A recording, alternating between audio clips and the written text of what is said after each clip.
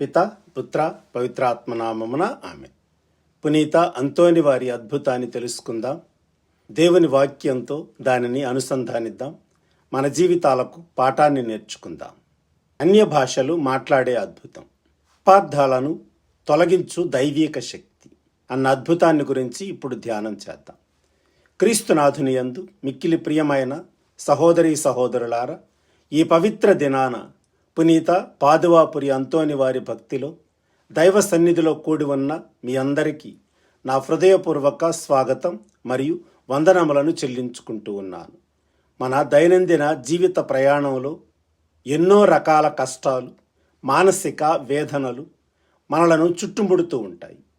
దైవ కుటుంబమైన మనలను మన చుట్టూ ఉండే వ్యక్తులు, కుటుంబ సభ్యులు మనం మాట్లాడే మాటలను, మన ప్రవర్తనను ఒక్కోసారి అపార్థం చేసుకోవడం జరుగుతూ ఉంటుంది.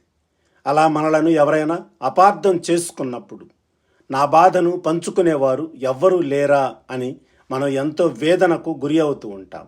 కానీ దేవుని వాక్యం మనకు సెలవిస్తూ ఉంది.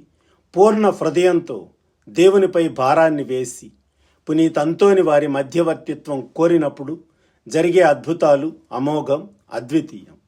దేవుడు తన భక్తుల ప్రార్థనలను ఎన్నడూ త్రోసిపుచ్చడు అనడానికి పునీత అంతోని వారి జీవితమే ఒక సజీవ సాక్ష్యం. ఈరోజు మొదటి అద్భుతమైన అన్య భాషలు మాట్లాడే అద్భుతాన్ని గురించి మనం ఎంతో లోతుగా ధ్యానించుకుందాం. చరిత్ర పుటలను ఒకసారి తిరగవేస్తే పునీత అంతోని వారు యువకుడిగా ఉన్నప్పుడు పోర్చుగీసు భాష తప్ప మరి ఏ భాష అతను మాట్లాడలేకపోయేవాడు. కానీ పెంతెకోస్తు దినము తరువాత ఎలానైతే అపోస్తలులు వివిధ భాషలలో మాట్లాడగలిగారో, అర్థం చేసుకోగలిగారో, అదే విధముగా వీరు కూడా ఈ అత్యద్భుత భాషా పరిజ్ఞానాన్ని దైవకృపతో పొందగలిగారు. పునీత అంతోని వారు ఫ్రెంచి, ఇటాలియన్ భాషలలో అనర్గళంగా బోధించటమే కాకుండా ప్రపంచంలోని అన్ని స్థలాలలోని ప్రజలు ఆయన బోధించేది వారి సొంత భాషలలో అర్థం చేసుకునే గొప్ప వరాన్ని కూడా పొందారు. దీనికి ఒక అద్భుతమైన ఉదాహరణను గమనిద్దాం. రోమ్ నగరంలో స్త్రీ సభ తపస్సు కాల సమయంలో ప్రసంగింప అంతోని వారిని ఆజ్ఞాపించినప్పుడు ఆయన బోధిస్తూ ఉంటే వివిధ దేశాల నుండి, వివిధ ప్రాంతాల నుండి వచ్చిన వారు ఆయన బోధను వారి వారి భాషలలో వినగలిగారు. అక్కడ కూడిన వారందరూ ఆయన ఉన్నత వ్యక్తిత్వాన్ని, పవిత్రతను, దైవీక మహాశక్తిని గ్రహించగలిగారు.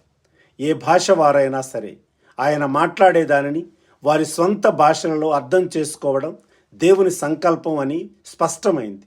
ప్రియ సహోదరీ సహోదరులారా, ఈ అద్భుతం మనందరి జీవితాలకు ఒక గొప్ప అద్భుత సందేశాన్ని ఇస్తూ ఉంది. పరిశుద్ధ గ్రంథంలో ఆదికాండం 1వ అధ్యాయం 1-2 వచనాలలో దేవుని వాక్యం ఈ విధంగా సెలవిస్తూ ఉంది. ఆదిలో దేవుడు ఆకాశమును భూమిని సృజించెను.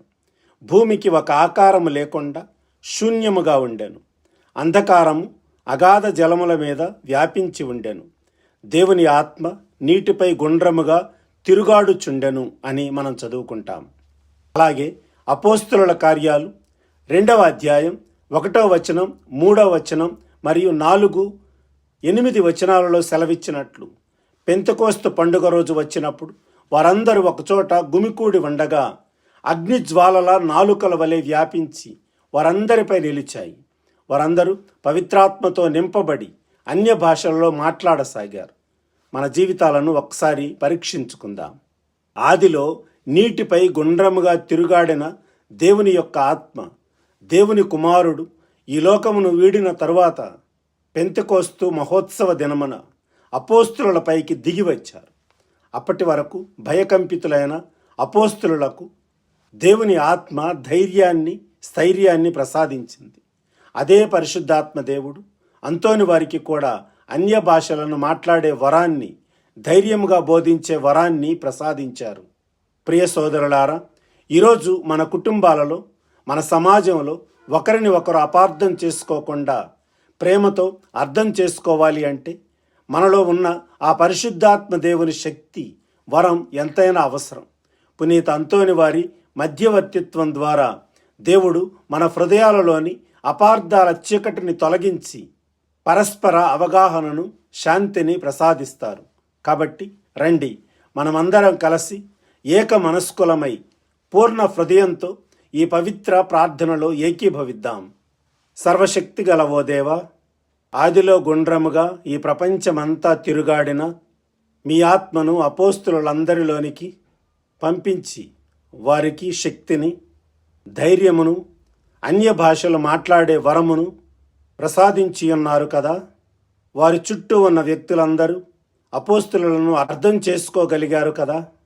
అలాగే అంతోని వారికి మీ యొక్క శక్తిని, ధైర్యమును, అన్య భాషలు మాట్లాడే వరమును ఆయనకు ప్రసాదించి ఆయనను విశ్వసించిన వారందరికీ ఆయనను అర్థం చేసుకునే వరమును ప్రసాదించారు కదా. అలాగే నాకు, నా కుటుంబంలోని వారందరికీ నీ శక్తిని, ధైర్యమును ప్రసాదించి మా చుట్టూరా ఉన్నటువంటి వ్యక్తులందరూ మమ్మలను అర్థం చేసుకునే వరమును ప్రసాదించండి తండ్రి.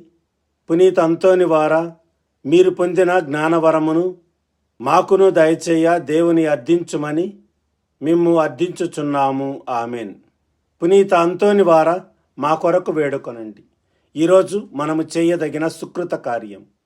తల్లిదండ్రులు తమ బిడ్డలను అర్థం చేసుకునేటట్లు, బిడ్డలు తమను తల్లిదండ్రులు అర్థం చేసుకున్నట్లు, మరియు మన చుట్టూరా ఉన్న వారందరూ మనలను సరైన రీతిలో అర్థం చేసుకునేటట్లు మనం ప్రత్యేకంగా ప్రార్థన చేసుకుందాము.